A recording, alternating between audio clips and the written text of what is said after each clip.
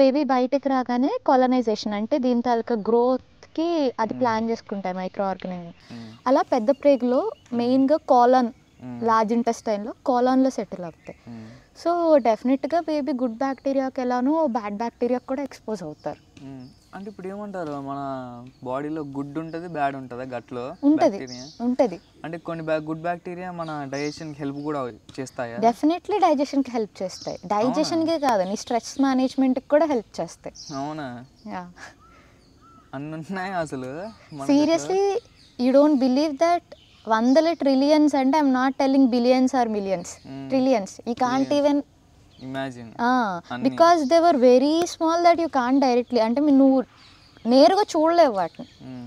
ఏదో ఒక మైక్రోస్కోప్ కింద పెట్టి కొన్ని నువ్వు చూస్తేనే కనిపిస్తాయి. అలాంటివి కొన్ని వందల ట్రిలియన్స్ అంటే యూ కాంట్ ఈవెన్ ఇమాజిన్ ఎన్నిటికి మనం మన బాడీ యాజ్ అ గెస్ట్ హోమ్గా ఇస్తున్నాము అని.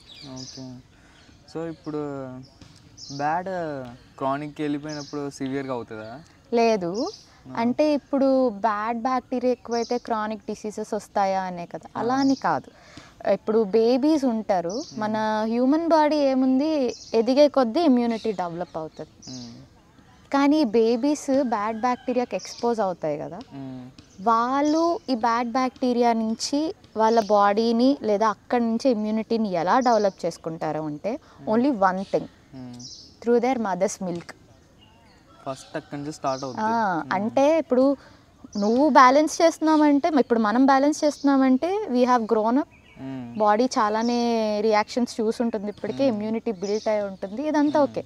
కానీ ఇదంతటికీ ఫస్ట్ ఎక్కడ స్టార్ట్ అవుతుంది అంటే మదర్స్ మిల్క్ నుంచి స్టార్ట్ అవుతుంది. ఎందుకంటే మదర్స్ మిల్క్లో కొన్ని ఆలిగోసాక్రైడ్స్ అని అంటాం. ఇది ఏంటంటే ఒక స్టార్చ్ లాగా అనుకోపోని, ఒక షుగర్ మాలిక్యూల్స్ లాగా. ఇది ఫస్ట్ ఆఫ్ ఆల్ ఒకటి మంచి ప్రేగులు అంటే లైక్ గుడ్ బ్యాక్టీరియా ఏదైతే ఉంటుందో, గుడ్ బ్యాక్టీరియా గ్రోత్కి హెల్ప్ అవుతుంది. ఓకే.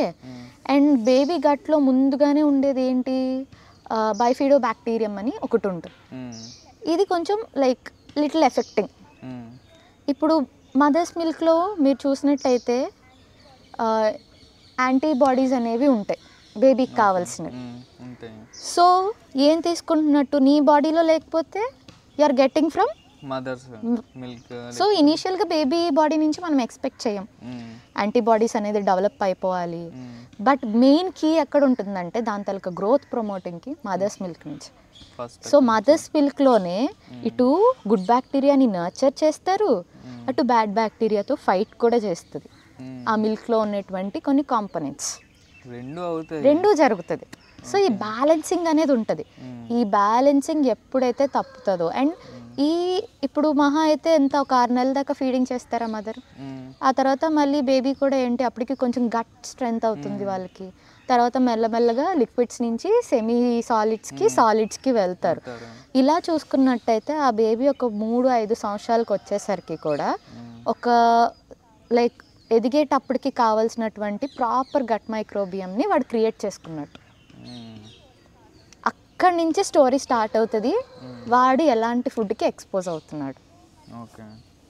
సో మళ్ళీ ఏమవుతుంది, ఇప్పుడు దాకా వాడు ఏదో ఆ డెలివరీ ప్యాటర్న్లో కొన్ని మైక్రో ఆర్గానిజమ్స్కి ఎక్స్పోజ్ అవుతారు, ఆ తర్వాత ఎక్స్టర్నల్ ఎన్విరాన్మెంట్కి ఎక్స్పోజ్ అవుతారు, అక్కడ కొన్ని మైక్రో ఆర్గానిజమ్స్ అవి ఏమైనా ఎఫెక్ట్ చేయొచ్చు, దాన్ని ఫైట్ చేయడానికి ఇమ్యూనిటీ మదర్ మిల్క్ నుంచి వచ్చేస్తుంది. ఓకే. తర్వాత వాడు తీసుకునే ఫుడ్ బట్టి ఇంకొన్ని కొత్త మైక్రో ఆర్గానిజమ్స్కి వాడు ఎంట్రీ ఇస్తున్నాడు. అంటే ఇప్పుడు మొత్తం ఒక మ్యాన్ లైఫ్లో, ఒక ఉమెన్ లైఫ్లో తన గట్టి హెల్త్ మొత్తం ఆధారపడి ఉండేది స్టార్టింగ్ ఆఫ్ ది బర్త్ కాదు, ఇంకా మనం మన ఏన్షియంట్ టెక్స్ తీసుకున్నట్టయితే యాజ్ ఎ టోల్డ్ ఆ మదర్ ప్రెగ్నెంట్ అయ్యారు అన్నట్టు. అంటే like where the seed have began it self, ఆ ఎన్విరాన్మెంట్ ఏం క్రియేట్ చేస్తున్నారు లేదా మదర్ ఫుడ్ ఎలాంటివి తీసుకుంటున్నారు, this whole will show the influence. అక్కడి నుంచే స్టార్ట్ అవుతుంది. సో అందుకే మదర్ హెల్త్ అనేది చాలా ఇంపార్టెంట్ అన్ని ఆస్పెక్ట్స్లో, బేబీ హెల్త్ మీద ఇన్ఫ్లుయెన్స్ చూపించేదానికి. బేబీ బయటకు వచ్చాక ఏంటి, మదర్ మిల్క్ తీసుకోవడం కూడా అంతే ఇంపార్టెంట్. ఎందుకంటే ఈ good bacteria bad bacteria it should be in a proper proportion. ఏమాత్రం ఇంబ్యాలెన్స్ అయినా దాన్ని డిస్బయోసిస్ అంటారు. ఓకే. గట్ డిస్బయోసిస్ అంటారు, గట్ మైక్రోబియం. అక్కడి నుంచి ఏంటి, చిన్నపిల్లలకు కూడా ఊరికే అప్పుడు ప్రాపర్ ఫుడ్ మీరు ఇవ్వలేదనుకోండి, మామూలుగా కాంప్లెక్స్ షుగర్స్ని బ్రేక్ చేసుకునే అంత కెపాసిటీ మీ డైజెషన్ సిస్టంలో దేనికి ఉంటుందంటే ఓన్లీ ఈ గట్లో ఉండే మైక్రో ఆర్గానిజమ్స్. ఓకే.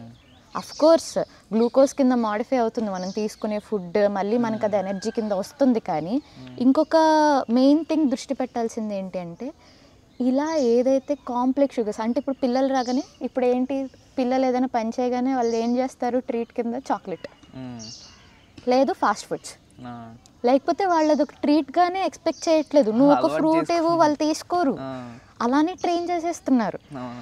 ఇంత కష్టపడి హ్యూమన్ బాడీ బిగినింగ్ నుంచే ఇంత ఫిజియాలజీ ప్లాన్ చేసుకొని మదర్స్ మిల్క్ తాగుతూ ప్రాపర్ హెల్త్ మెయింటైన్ చేసుకుంటూ ఒక సర్టెన్ ఏజ్కి వాడు ఫుడ్స్ తీసుకునే టైంకి నువ్వు అప్పుడు కూడా ఒక రైట్ చాయిస్ ఆఫ్ మెయింటెనెన్స్ ఇవ్వకపోతే వాడికి ఎంత ఏ ఫుడ్ తినాలి ఎలాంటివి తినాలి అనేది చిన్నప్పటి నుంచి నువ్వు ట్రైన్ చేయకపోతే అక్కడ వస్తుంది ప్రాబ్లం అనేది.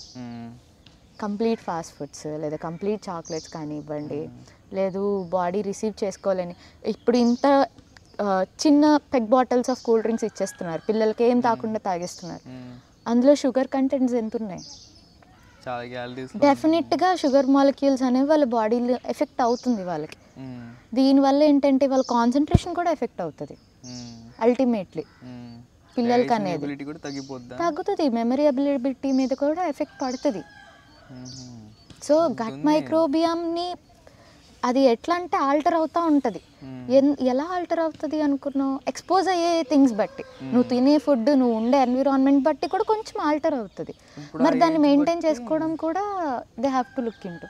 ఇప్పుడు ఆ ఏజ్ బట్టి కూడా గట్ బ్యాక్టీరియా లేకపోతే గట్ హెల్త్ అనేది ఇంప్రూవ్ అవుతూ వస్తుంది. ఆ ఇంప్రూవ్ అవ్వడానికి నువ్వు ఇచ్చే సరౌండింగ్స్ కూడా ఇంపార్టెంట్. ఆ ఏజ్ లో ఏం తీసుకోవాలో అది తీసుకుంటే నీ గట్ హెల్త్ అనేది ఆ ఏజ్ అని కాదు, అంటే ఇప్పుడు చిల్డ్రన్స్ గట్తో పోల్చుకుంటే అడల్ట్ గట్ కొంచెం వెల్ డెవలప్డ్. సో ఈ లెవెల్ ఆఫ్ గట్కి ఏ ఫుడ్ ఇవ్వాలి, సరే వాళ్ళు కొంచెం టీనేజ్లోకి వచ్చారు, ఇంకా వాళ్ళ బాడీకి బెటర్ బిల్డింగ్ కెపాసిటీ అనేది ఉంటుంది, అప్పుడు నువ్వు ఏ ఫుడ్ ఇవ్వచ్చు. అంటే ఇప్పుడు పేరెంట్స్ కూడా ఏం చేస్తే పిల్లలు అదే అలవాటు పడతారు. వీళ్ళు తినే ఫుడ్ వీళ్ళు బాగా ఎక్కువగా మసాలాస్ తింటూ, అంటే మసాలాస్ వల్ల మళ్ళీ గట్ ఎఫెక్ట్ అవుతుంది అంటే కాదు, మసాలాస్ వల్ల కాదు, ఇంకొక ట్రిగర్ ఏంటంటే వీళ్ళు గట్ హెల్త్ వీక్గా ఉంటే ఎఫెక్ట్ అవుతుంది. అదే బేబీకి కూడా ఇప్పుడు ఏంటి, కొంతమంది పిల్లలకి ఆ రోజు వాళ్ళకి నాన్ వెజ్ లేకపోతే రోజు గడవదు.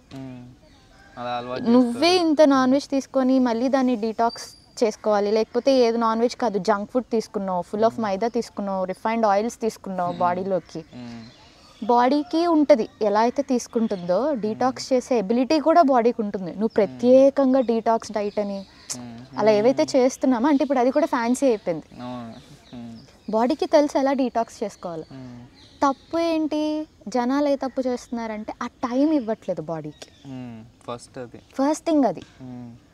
అల్టిమేట్గా ఏమవుతుంది, ఇంకా ఈ గట్ హెల్త్ మీద ఇంకా ప్రెషర్ ఎక్కువ అవుతుంది. సో ఆ ఎఫెక్ట్ అనేది దాని తర్వాత పూర్